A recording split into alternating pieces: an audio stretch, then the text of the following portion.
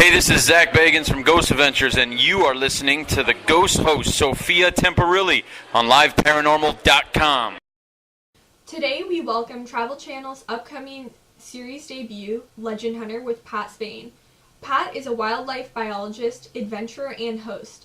This Tuesday, January 8th at 10 p.m. Eastern, watch Pat Spain utilize his scientific expertise and state-of-the-art technology to investigate infamous tales of murder, theft, and unexplained events on his new Travel Channel series. Everyone visit travelchannel.com, patspain.com, Twitter at Patrick Spain, Instagram at Pat Spain, and Facebook Pat Spain.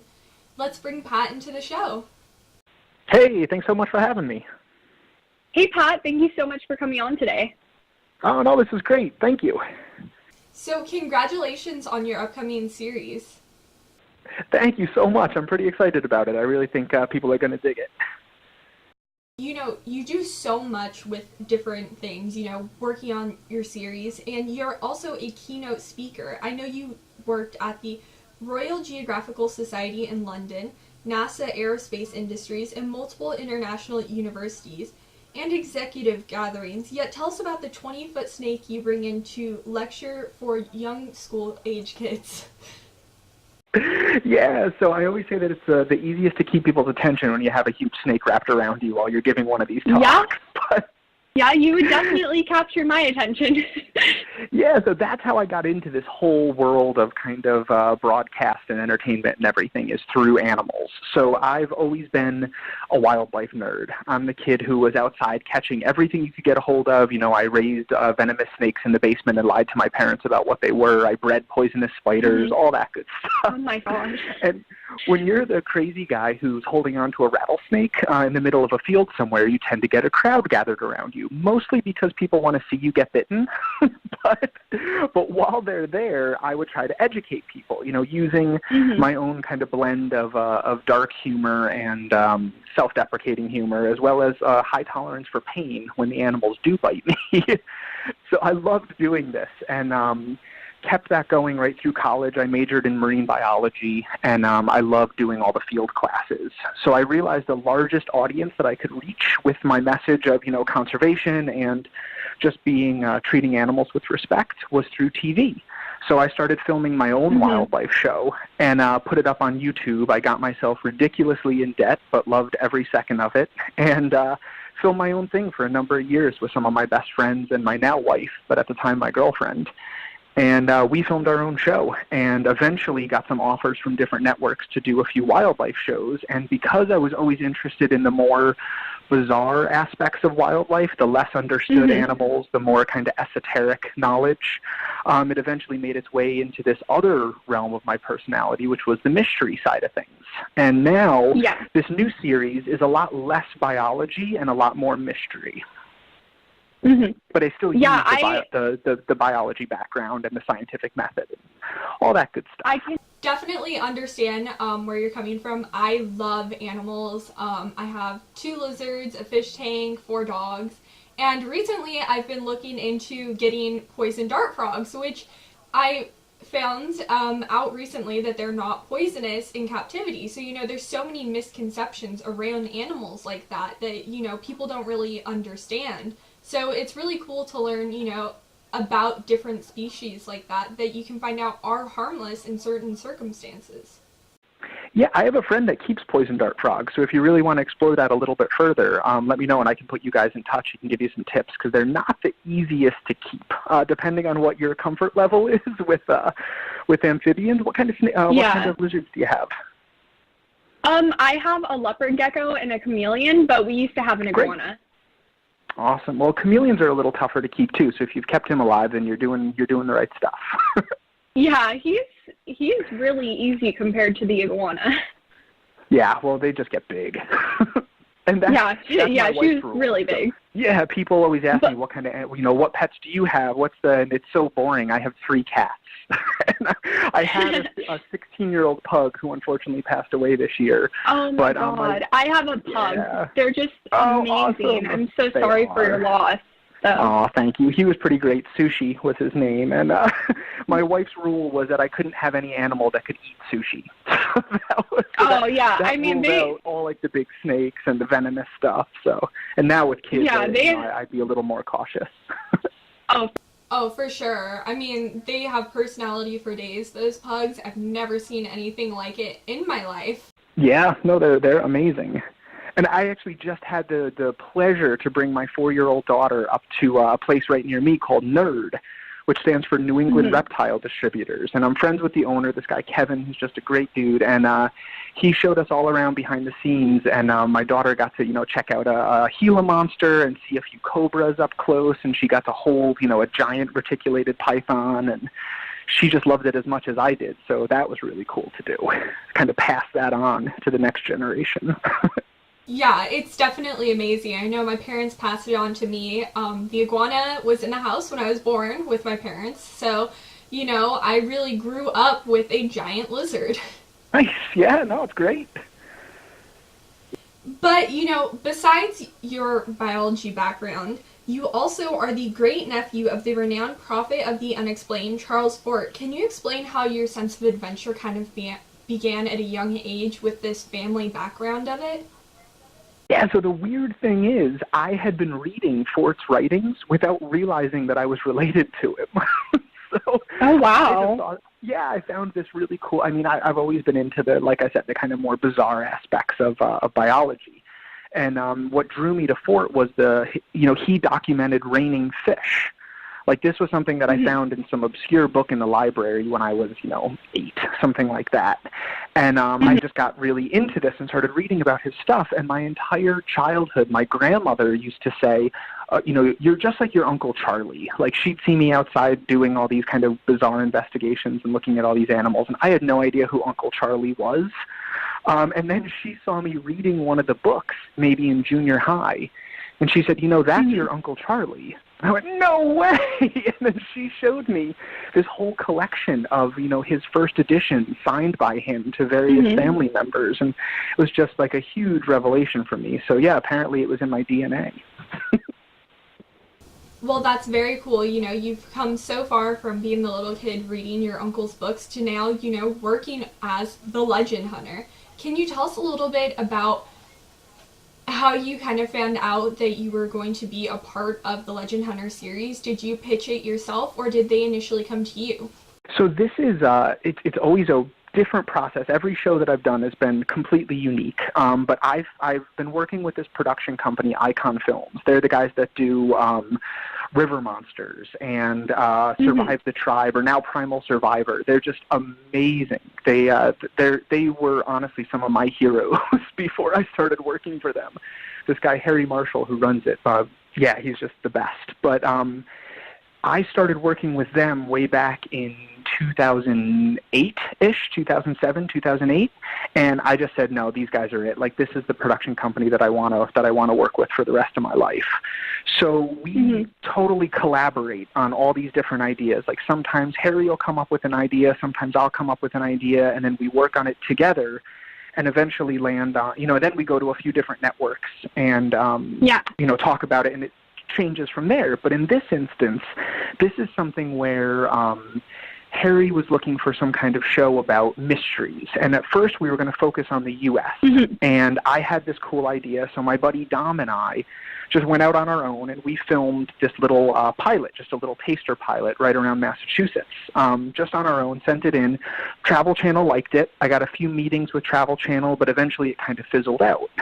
Then it was maybe 3 years later, and I was hanging out in England with Harry and his family, and he got a call from Travel Channel where they said, hey, do you still ever talk to that Pat Spain guy?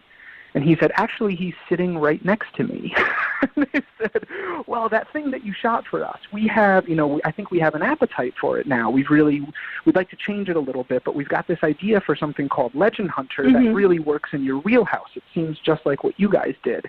And why don't you come in and talk about it?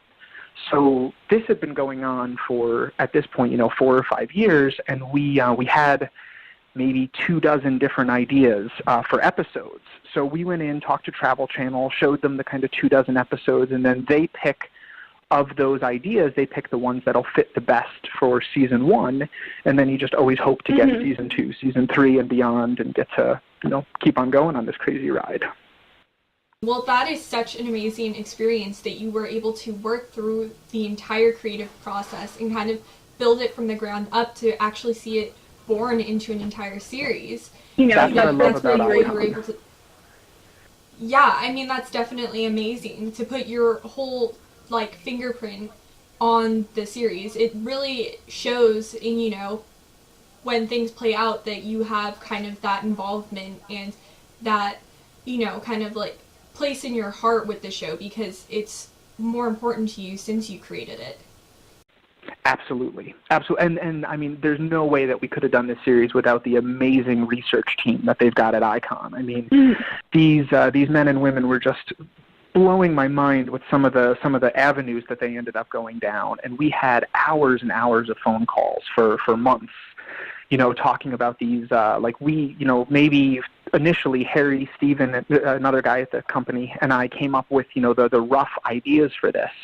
But then it was really the research team that fleshed them out for us. And I was involved with the whole thing, but I mean, I've got to give them an immense amount of credit for really coming up with some of the angles that we took on here and some of the crazy adventures.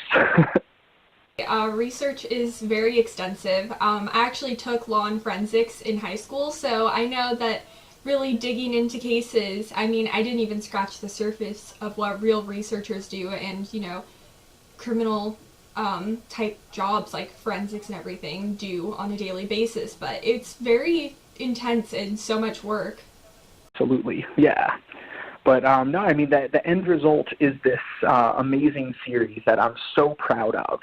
And it really goes in directions that I don't think people are going to expect. It's on Travel Channel, so it's fun, which is cool, because some of the topics are pretty intense. These are things that, like a horrific double murder with Lizzie Borden or Jack the Ripper. I mean, these are really intense topics, but we managed to show kind of a fun side to the investigation, because the reality of being out there is that, you are having fun on these investigations. Yeah, definitely. And it's cool to get to show that. I really loved working with Travel Channel because they want to show a sense of place, and they want people to feel like they're on this adventure with you, and I love that because that's what I always strive to do anyway.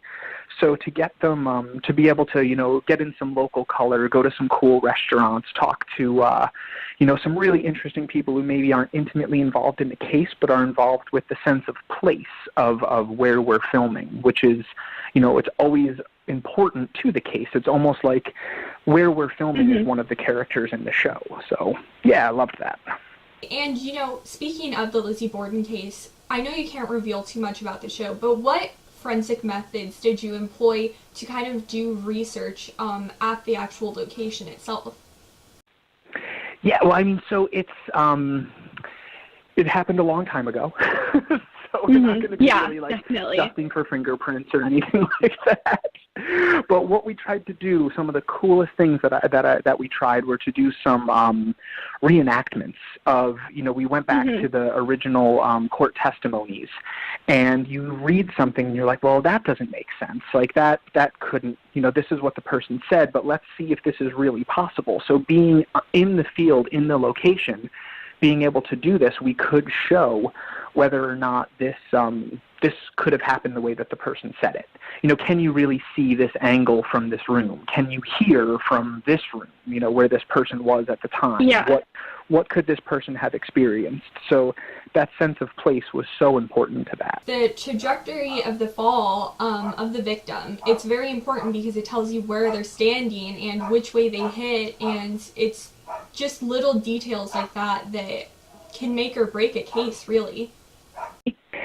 Yeah, and what was really interesting to me is, of course, you've seen the crime scene photos. Everybody's seen the Lizzie Borden photos. Horrific, really awful. I didn't realize that those are staged. Those are the most. Yeah, that's the most approximate location to where the body was. But those bodies had been moved and examined and then put back into those places to take those pictures. Wow, I didn't know that. That's very interesting that they did that, and that leaves a lot of evidence kind of missed over because one of the most important things is to get the crime scene photos first off, just so you can see everything and go back and review it later on. Yeah, definitely. And that was not, this was way before the era of, wardening off the crime scene and not letting anyone in. And, the year that the murders happened was the first year that Sherlock Holmes was published. So if that tells you where investigations were at the time. There's been so much, just techniques that have evolved since then. I didn't realize till I took the class how new DNA examination was, so much has evolved, and it's really amazing to see what you can find now, but also the difference between the way things were done then and now. And with all the technology that we've got now, it's always shocking when they can't find the evidence that they're looking for. So, even now, with the best forensic tools that we have and the best techniques, there's still people who get away with it. So, you can imagine that in the early 1900s, 1800s, it was a pretty different situation. And another example of that is another case you worked on with Jack the Ripper. Can you tell us a little bit about how you kind of worked around all of that the same way you did with Lizzie Borden? Yes, so Jack the Ripper absolutely blew me away. Even in the research phase, the things that we were finding and the eventual suspects that we pointed to, I genuinely believe that this was Jack the Ripper, that we figured it out. And that was shocking to me because I expected to go in and tell a really good story and show a few different possibilities, but I did not expect to be able to actually point the finger at one individual, and we did. So the way that we did that was brand new evidence in this case was coming to light, and as we were really digging into it, the research team and I just started finding these, individuals or these random little news stories. You see it as like a little blip in the news, and it's very easy to miss. Yeah. But we had these searches out, like these, I believe the research team was using an algorithm that would flag anything related to Jack the Ripper or to London in that era, and they had a few different keywords. And they found these crazy little, minute details that when we pieced it all together, we went, oh my God, this is the guy, this is it, we've got it. And then we started putting the whole thing together and figuring out how we could prove it based on these. And it's remarkable. Without giving too much away, there was a new letter that came forward from Jack the Ripper, as well as this huge trove of documents from this one individual that hadn't been in the public. No one in the public had seen it, other than a couple, real Ripperologists, as they call themselves. So, it was just absolutely remarkable. Yeah, it's really amazing, with things that happened so long ago, how much has actually kind of been hidden over time that you can really dig up and find new evidence. It's amazing that even though it happened so long ago, new stuff can still be discovered. All the time, definitely, yeah.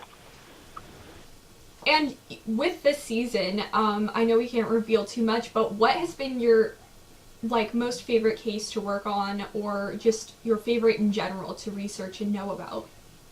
Oh man, it's like picking your favorite kid. They're all super fun. I was really excited to do this one on New England vampires.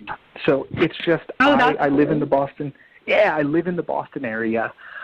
It's my adopted home. I grew up in upstate New York, but I love New England and everything about New England and the history and the folklore and everything we've got. And there's this, I've been reading these books about this kind of vampire hysteria that happened. And everyone knows about the witches in Salem. We all know about the witch trials, and that's a fascination of mine also. But, much later, into the 1800s, into when we would think of as a fairly modern era, we've got Harvard operating, and you've got, really well-respected New Englanders believing in vampires. And they had this whole epidemic where there were hundreds of graves being dug up and then performing this cannibalistic vampire ritual in order to rid themselves of this. And no one talks about it. No one knew about it. So I was so excited to be able to go out in the field and find a new vampire grave, as well as shed some light on this period in New England culture that seemed to be, completely unknown, and the idea of medicinal cannibalism. Mm-hmm. So, we tend to relegate cannibalism to the far-off regions of the world, and you tend to think that this is not, Western society never engages in anything like this. But the reality is that we did for centuries. This was totally common practice to be prescribed, the moss off of a skull, the moss that grew on a human skull, or during a public execution, they would actually give, the executioner would sell cups to people who would run up after the person's head had been cut off and drink right from the corpse, hold the cup out, collect the blood, and drink right there. Or in other cases, drink directly from their neck. And this was totally normal. This was practiced in the Western world for centuries, and it's completely forgotten. We tend to just pretend like this never happened. So I love to be able to raise that, and I meet with one of my favorite researchers, this guy Richard Suggs, who has written an amazing book, a couple different books on this. So yeah, that was just really cool. Do you think maybe some of that also stemmed from the time period where people were buried with bells attached to them, and maybe they kind of took that as maybe being undead as opposed to just like never having died? Yeah, so the interesting thing about the New England vampire epidemic is that it wasn't like a corporate, a physical vampire. Like, they didn't believe that these were, the body rising from the grave and coming out the way that you think of with Bram Stoker's Dracula. But Bram was actually influenced by the New England vampires as well. But I get sidetracked. So what they thought, it was more of a spiritual thing. It was more of this this entity, this like spiritual, non-physical entity would go and reside in a corpse. So it wasn't that it was the person, it wasn't that the person had somehow become corrupted, it was that this evil spirit had found the recently dead or dying person and infected them, and then would leave their corpse and go out and feed and feed on the life force of others, and then go back and live in the corpse. Well, yeah, there's so much history, about the U.S. and surrounding countries that is just so unknown. I mean, I definitely didn't learn that in school. I knew about the Salem witch trials, but I definitely didn't hear about that. So it's amazing everything that you can find out through just, going around to different places. Oh, definitely. And there's so much misinformation about the New England, or about the witch trials as well. There's a historian, Emerson Baker, who I can't recommend strongly enough for everyone to read all of his books. But yeah, he really tells it, from a historical perspective and puts it into the political context of the time and cuts through the, the false biology that's been associated with it. And yeah, he's got some great stuff if you're interested in the witch trial. And I know we have to take a quick commercial break, but we'll be right back with more questions. This is author Alexandra Holzer, and you're listening to Ghost Host Sophia Temperilli. Hi, this is Jeff Belanger, host of 30 Odd Minutes, founder of GhostVillage.com, and author of lots of your favorite paranormal books, and you're listening to the Ghost Host, Sophia, on LiveParanormal.com. Boo! Hey, this is Zach Bagans from Ghost Adventures, and you are listening to the Ghost Host, Sophia Temperilli, on LiveParanormal.com. Congratulations to the Ghost Host, Sophia Temperilli, for celebrating 7 years of broadcasting on LiveParanormal.com. Thank you so much for coming on today, Pat. Oh, this is awesome. Really, honestly, I appreciate it. Thank you. With all of your adventures, how did you find yourself laying in a pit of 275,000 snakes? What else would you want to do on your 32nd birthday? I could think of a few things. Yeah, it was something I'd wanted to do my entire life. So Manitoba, Canada has the largest concentration of snakes on Earth, which shocks a lot of people because it's Canada. Yeah. So I had read about this, and I had never really seen it covered too well in a wildlife show. They'd mention it as kind of an oddity, but it was never really done in the way that I wanted to. So the year before, I basically lost a year of my life to cancer, where I spent a couple months in the hospital. I had a long recovery. It was just a mess. And then I started feeling better, and I got out there and started filming a little bit more, just with a couple buddies of mine and I. And I said, you know what, for my birthday this year, I really want to go up to the snake dens. So I knew the one person I could call who would absolutely go for this was my buddy Dom, who I always do all this filming stuff with. And I called him up, and I said, hey, what do you think about driving up to Manitoba? And he goes, for the snake dens? I was like, yeah. He goes, yes, I'm in. Absolutely. When do we leave? So we drove 36 straight hours. I got special permission from the government of Canada to get into the dens, to actually go down into the pit with them. Like, I showed them some of the stuff that I'd done for National Geographic, and they knew I wasn't just a crazy person. So they gave me permission to do this. We drove 36 hours up there. We filmed for a day and a half, and jumped back in the car and drove back. And on the way home, my car smelled so bad that I had to sell it about 2 days later. Oh, wow. Because we just smelled like snakes. Like, snakes do not smell good in that concentration. Is there a reason that there's that many snakes all in, like, a concentrated location? Yeah, without geeking out too much, it's about the furthest north of their range. It's about the coldest that they can withstand, and this just has a confluence of factors that leads them all there. Like, it's got limestone dens underground, beneath the frost line.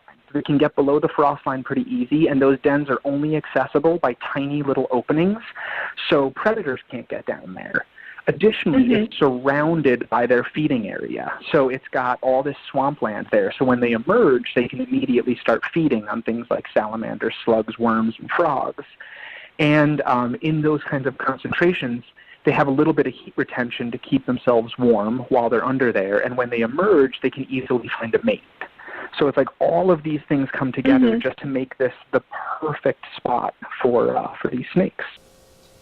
Well, that's definitely amazing that they were able to find a location that suits all of those needs.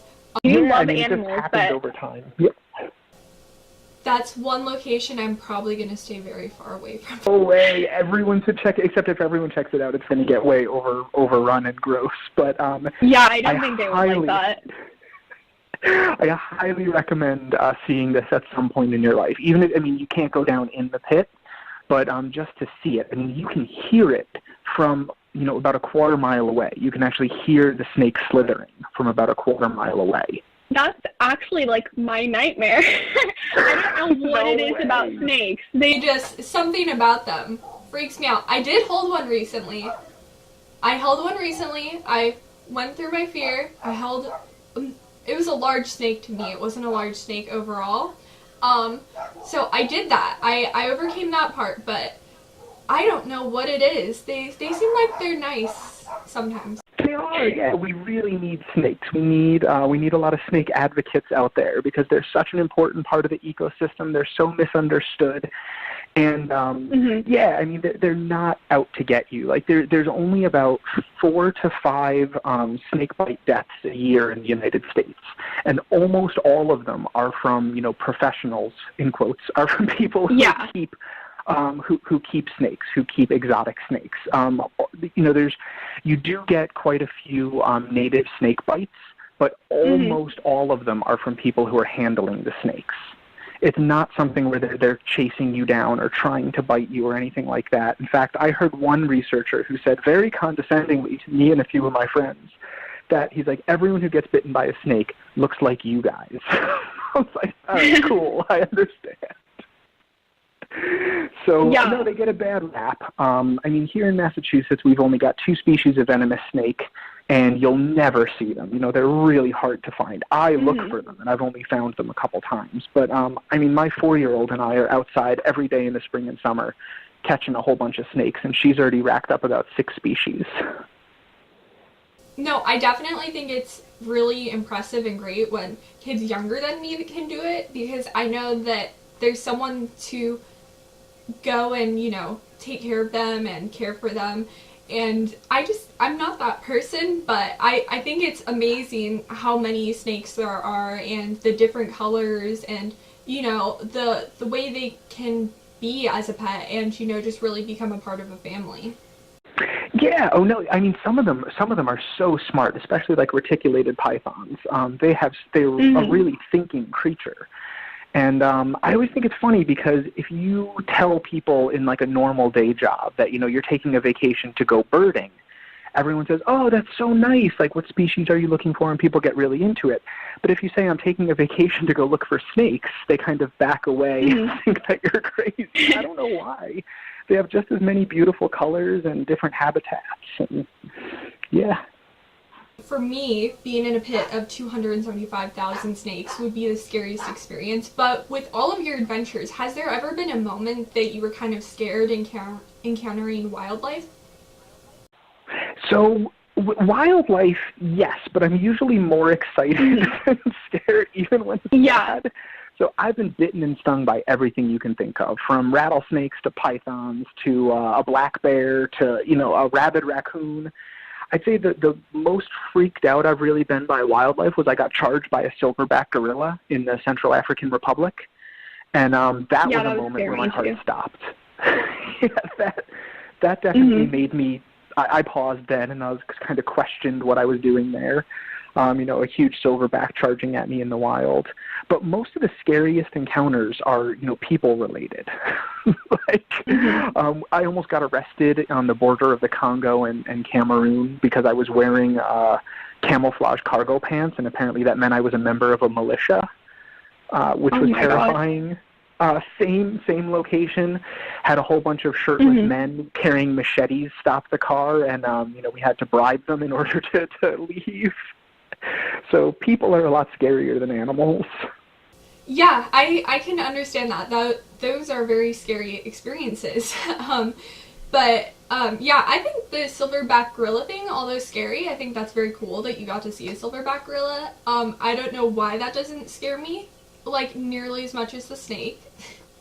Oh, primates are the scariest animals on Earth. Hands down. Yeah. Chimpanzees are the most terrifying animals in the world because they're smart. They're so human-like, and they're a thinking animal, and they understand pain. They're one of the only animals that understands pain, and that's why when they attack, they go for the face and the groin first, because they know that's going to inflict the most pain.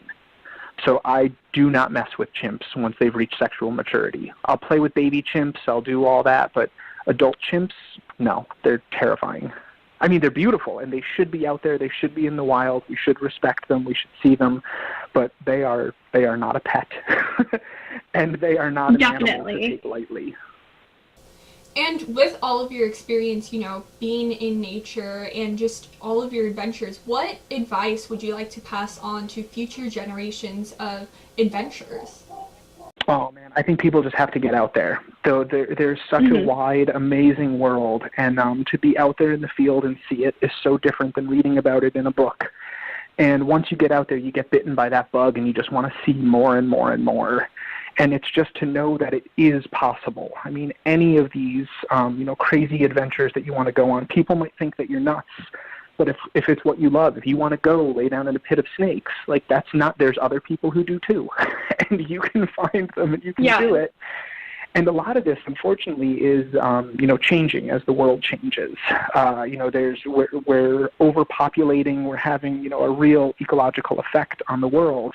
And some of this stuff may not be available to see 20 years from now. You know, we're seeing amphibian populations decline worldwide. So if you really want to see those poison dart frogs in the wild, get out there and see them now, and do something about, you know, help them to not have these declining populations. Get some research going, or donate to some charities that are doing this research.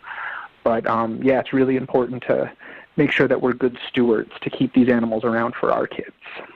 I know you have a background in marine biology, and I'm very sad to see all of the reefs kind of dying off. You know, I love fish. I had a saltwater fish tank for a short period of time, and it was just one of the most amazing experiences I've ever had. And I've been so passionate about marine life ever since then, because it's just like nothing else you could ever see in your house. Oh yeah, no, they're absolutely remarkable. I've never had the time or the patience to keep one myself, but I very much appreciate it when I see them at other people's houses. One of my best friends had one, and I saw the effort that she put into it, and God, it was just gorgeous. But yeah, I do not have that knack. Yeah, it's but definitely a lot of work. Yeah, but nature does it on its own. Like, that's the thing. If we just leave them alone out there, then all of this crazy effort that we put in to keep it in our house, nature does it on its own. It's just like these animals exist in the wild, and we can see them and we can help them to stay in the wild. And part of that is through proper aquarium trainings. Like, I used to volunteer at the New England Aquarium, and they are amazing in how the animals that they have at the aquarium are stewards for the rest of the wild animals, and they do these trips to go out and see them and sponsor research to help keep the reefs going. So good aquarists who, like yourself, who had this saltwater tank, like, we can really do a lot to help these animals through spreading education and through, direct research and direct funding of research. And I know, since this is a paranormal broadcast and you did go to locations such as the Lizzie Borden house, did you ever have an experience with anything supernatural while on any of your adventures? So on the shoots, it's so hectic, and you're sleeping like 3 hours a night that you barely get to pay attention to anything that's happening around you. And a few of the crew did say that they experienced, a couple things that they couldn't explain, and they heard some noises and saw some movement and stuff like that. But, we're always so tired that you don't know if you're hallucinating from just exhaustion. But I have had a few experiences in my life that, even I'm a very grounded biologist, but yeah, there are some things that you can't explain. It's so amazing, everything you can see with nature, but also the things you can't see that are kind of natural, such as ghosts, and there's just so much in the world to discover. So I think it's really cool that you're really going out there and just trying to discover all you can about the world we live in. Absolutely. And with also giving advice to young adventurers, I know we were talking about the silverback gorillas. What precautions would you also kind of just warn anyone wanting to just go out there and adventure about? Oh, yeah. I mean, just when I say get out there and do it, I absolutely mean that, but not just recklessly. Don't read a book and think that you can go interact with gorillas.